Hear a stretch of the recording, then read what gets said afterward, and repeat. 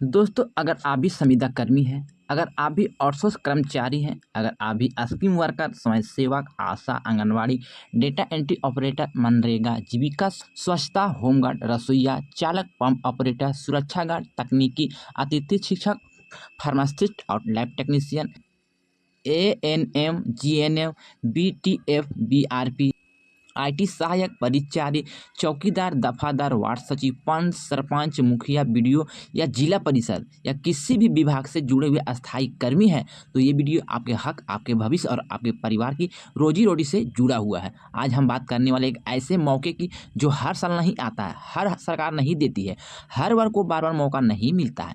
15 जून 2026 आरा भोजपुर बिहार के मुख्यमंत्री सम्राट चौधरी और ठीक उसके बाद 17 जून 2026 बिहार कैबिनेट की बैठक। सवाल सिर्फ इतना नहीं है, क्या इस पर सिर्फ भाषण होगा या फैसले भी होंगे। नमस्कार साथियों, आप देख रहे हैं आपका अपना YouTube channel job zone Jeetu में, वो चैनल जो संविदा कर्मी को पीड़ा को बताते हैं, आउटसोर्स कर्मचारी का हक मांगता है और सरकार से सवाल पूछने की हिम्मत रखता है। अगर आपने अभी तक हमारे चैनल जॉब जोन जीतू को सब्सक्राइब नहीं किया है तो अभी जाके चैनल को सब्सक्राइब करके रख लीजिए, क्योंकि यहाँ ना तो नौकरी बिकती है, ना झूठ सपना दिखाया जाता है, यहाँ सिर्फ बात हकीकत की होती है। इसलिए चैनल को सब्सक्राइब कर लीजिए। दोस्तों, 15 जून 2026 को आरा भोजपुर में मुख्यमंत्री सम्राट चौधरी जी का बड़ा कार्यक्रम प्रस्तावित है। बानासुर इंटीग्रेटेड एक्वा पार्क शिलान्यास और जनसभा। अब ध्यान से सुनिए, यह सिर्फ एक दिवसीय कार्यक्रम नहीं है, यह सिर्फ एक सरकारी इवेंट नहीं है, यह संविदा कर्मियों के लिए सबसे बड़ा मौका भी है। क्यों? क्योंकि इनके 2 दिन बाद 17 जून 2026 यानी बुधवार को शाम 5 बजे बिहार कैबिनेट की बैठक है और यही वह बैठक होती है जहां प्रस्ताव पास होते हैं, जहां फैसले लिए जाते हैं, जहां भाग्य बदलता है। मांग पत्र क्यों जरूरी है? अब सबसे बड़ा सवाल यह है कि क्या सिर्फ उम्मीद करने से कुछ होगा? क्या सिर्फ सोशल मीडिया पोस्ट से कुछ बदलेगा? क्या सिर्फ गाली देने से सरकार फैसला लेगी?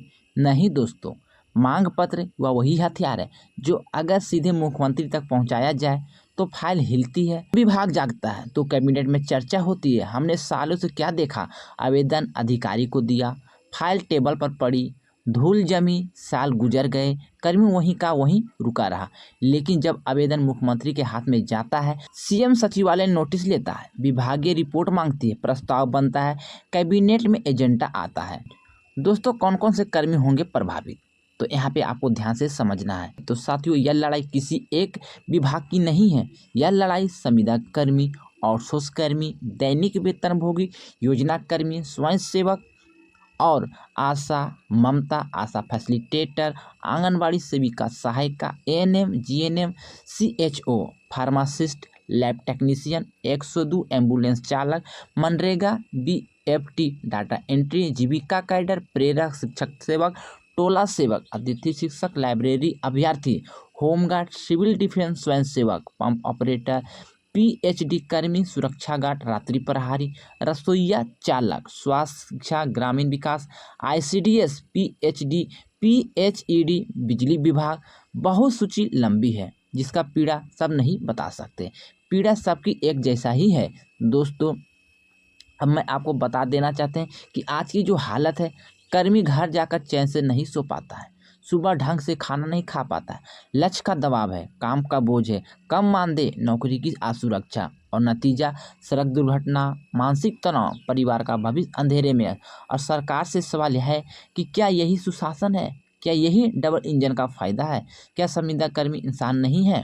तो मैं आपको बता दें कि 17 जून 2026 को कैबिनेट बैठक सिर्फ तारीख नहीं, यह उम्मीद की तारीख है, यह फैसले की तारीख है, यह वही बदलाव जो निराश कर्मी को खुश करने का तारीख है। दोस्तों, अगर आप भी 15 जून को मांग पत्र पहुंचाते हैं, संगठित आवाज़ उठाते हैं और दबाव बनते हैं, तो मानदेय वृद्धि, सेवा का विस्तार, नियमितीकरण की प्रक्रिया, सुरक्षा बीमा समान, काम का बोझ कम करने का निर्णय और पद वापसी का बहुत ज़्यादा संभव बन रहा है। दोस्तों, अब चुप रहने का समय नहीं है, क्योंकि जॉब जोन जीतू की तरफ से साफ संदेश है, चुप नहीं रहना है, अब बंटना नहीं है, अब डरना भी नहीं है, 15 जून को आरा पहुंचिए, अपनी मांग पत्र तैयार रखिए, शांति से मजबूती से मुख्यमंत्री तक अपनी आवाज़ पहुंचाइए। दोस्तों याद रखिए, हक मांगने से मिलता है, हक छीनने से मिलता है। अगर आप आज नहीं उठे तो आने वाली पीढ़ी भी संविदा पर ही रहेगी। अगर आप आज बोलेंगे तो कल इतिहास बदलेगा। दोस्तों संविदा कर्मी की एकता आउटसोर्स कर्मचारी की जीत है।